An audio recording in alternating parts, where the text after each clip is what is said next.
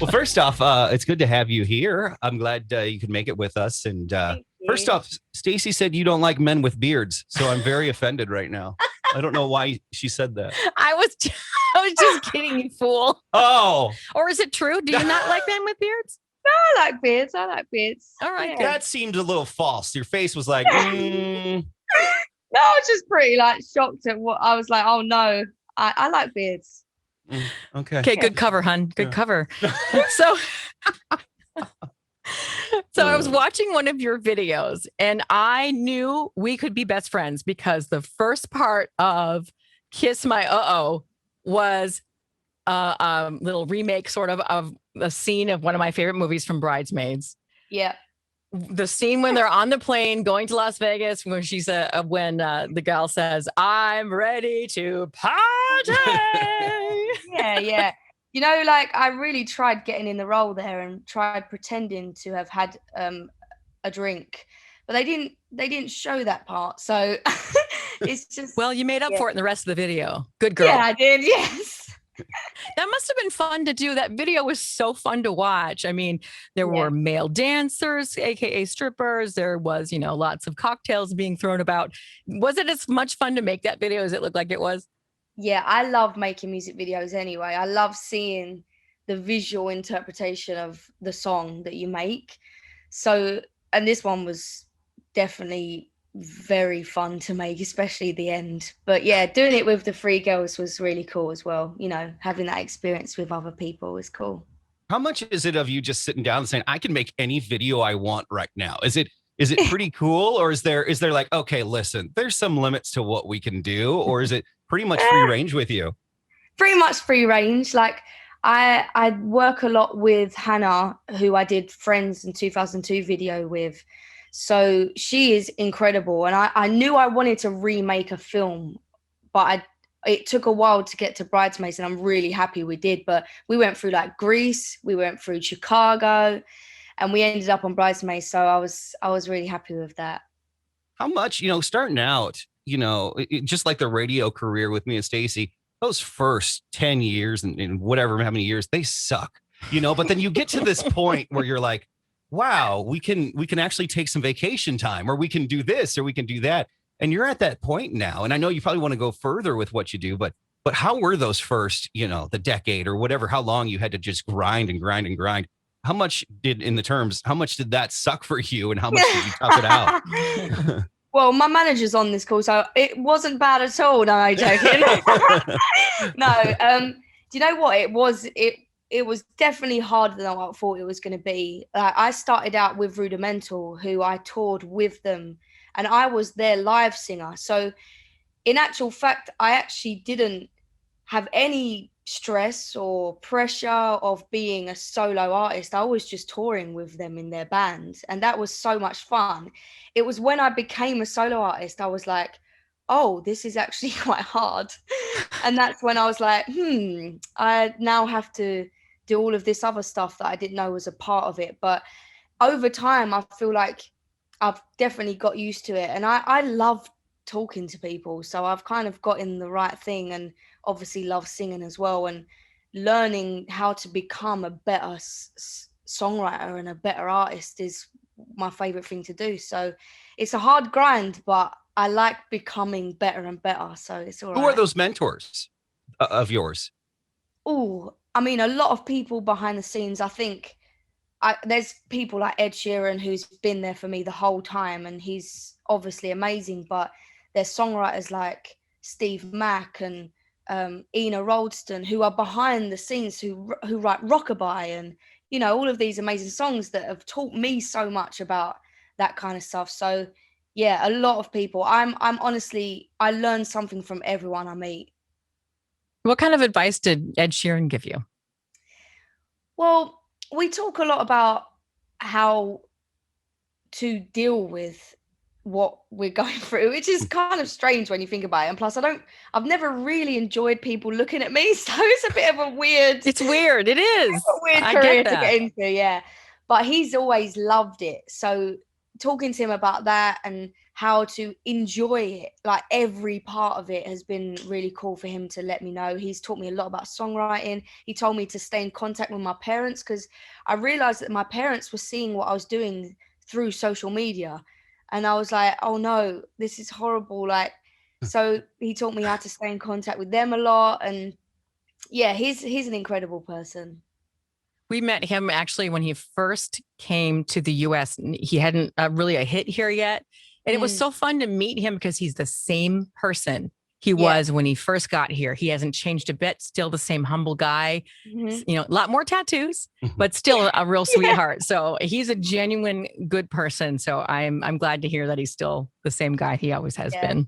And you've been performing forever though. Weren't you on the West End? Yeah. As a 6-year-old? Yeah, I started. That's so cool. You're a little theater nerd just like me too. I know. Were you Cosette? Did you play Cosette or Little Eponine, Little Cosette? Oh, it's so funny. I was in Whistle Down the Wind as well. I started off in musical theatre, so I think I have a live stream going out on Saturday of the new album, and it was really fun to actually organize all of that, because as soon as I got told that was possible, I was like drawing down all my set designs, and I was like, this is such the musical theatre kid coming out of me right now. So yeah, that's going to be fun. Can anyone check that out on Saturday? Yeah. See, How this do they is do the thing. Anyone can watch it. So it's basically going to be my biggest show yet. And I think ever, because obviously normally you have to be in that city or, you know, in that area. And this one you can watch from everywhere around the world. So it's pretty Just cool. go to your website and they'll have all the details. Yeah. The link. Where are you doing it from? Are you doing it from a studio or an arena or? I'm doing it from a warehouse, which is, I mean, it's definitely better than what it sounds. But I think for me, when I write a song, I see a different visual for each song, obviously, because it's about a different thing. And I've made it so it's a different setting for each individual song. So I'm moving through the warehouse in all different set designs, and it's pretty cool. So now when you say warehouse, us in America think some big guy on a forklift moving ice cream pallets and big chips. What? And you're like going to be like, hey, can you move? I'm trying to work here. And then you're just trying to like move through set designs. But it's like a full blown studio, you know, where you're going to have just really cool different scenes and stuff like that. Yeah. Can't wait to see that.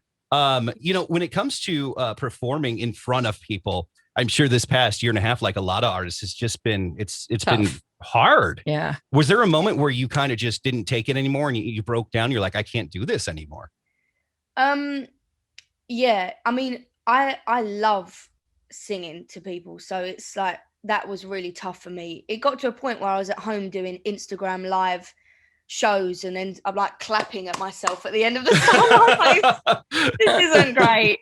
So yeah, I think the closer we get to actually doing live shows again, and obviously this live stream is a great stepping stone to that. So yeah, I can't wait for it all to come back. We were talking with Fitz from Fitz and the Tantrums, and he was, you know, he did a whole album from his home. It was the first time he'd done that. And Tate McRae, she was talking about how she literally became famous sitting at her house, and how weird this whole year has become. And it's so weird because no one, especially, you know, people like you, have never experienced this before. And it's just, it's so weird for the whole population across the world. And something that sadly the world can relate to, even, you know, someone like myself, or someone that, you know, works a 9 to 5, and even someone like yourself, you know. And it's cool, but it's sad that this is how it came about. Yeah, 100%. It's a very strange situation that we've been in, but I think, honestly, I'm almost like, I don't think we ever would have stopped if this hadn't happened. Like, throughout our life, we would have just carried on, just like going, and we wouldn't have had that moment of like, what? I don't have to go to work today. Like, it's a very weird thing that we went through, but I'm very grateful to have had that moment where I could stop and think about stuff. And I started going to therapy, which is why the album is called Therapy. I know it's so like, you know, but At least it's not called psychiatric ward. You know, Yeah, it's not yet. You know, but. I think Very a lot of true. people have been able to sort of stop, like you said, and think about things and realize what's important and how they've been putting things that should have been first behind. And we've all kind of reevaluated what's important, and that's not a bad thing. And we know that you are a mental health advocate. So are we. Lord knows we've been in therapy, sometimes together. So, it's not a bad thing. Sometimes at each other as well. Because of each other.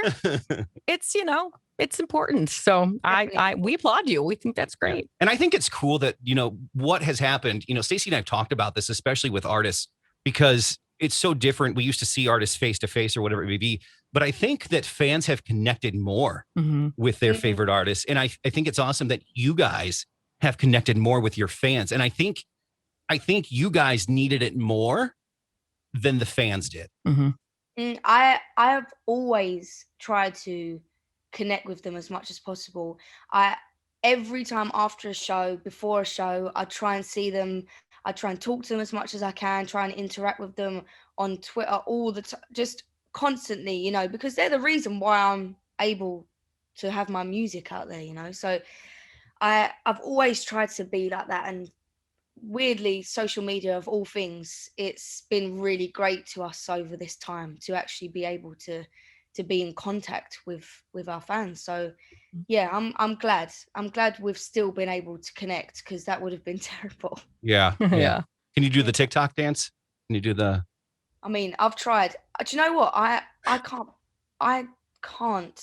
I don't know how TikTok people do TikTok. You're like me. You're like me and Stace. We just watch. Watch them. We just go.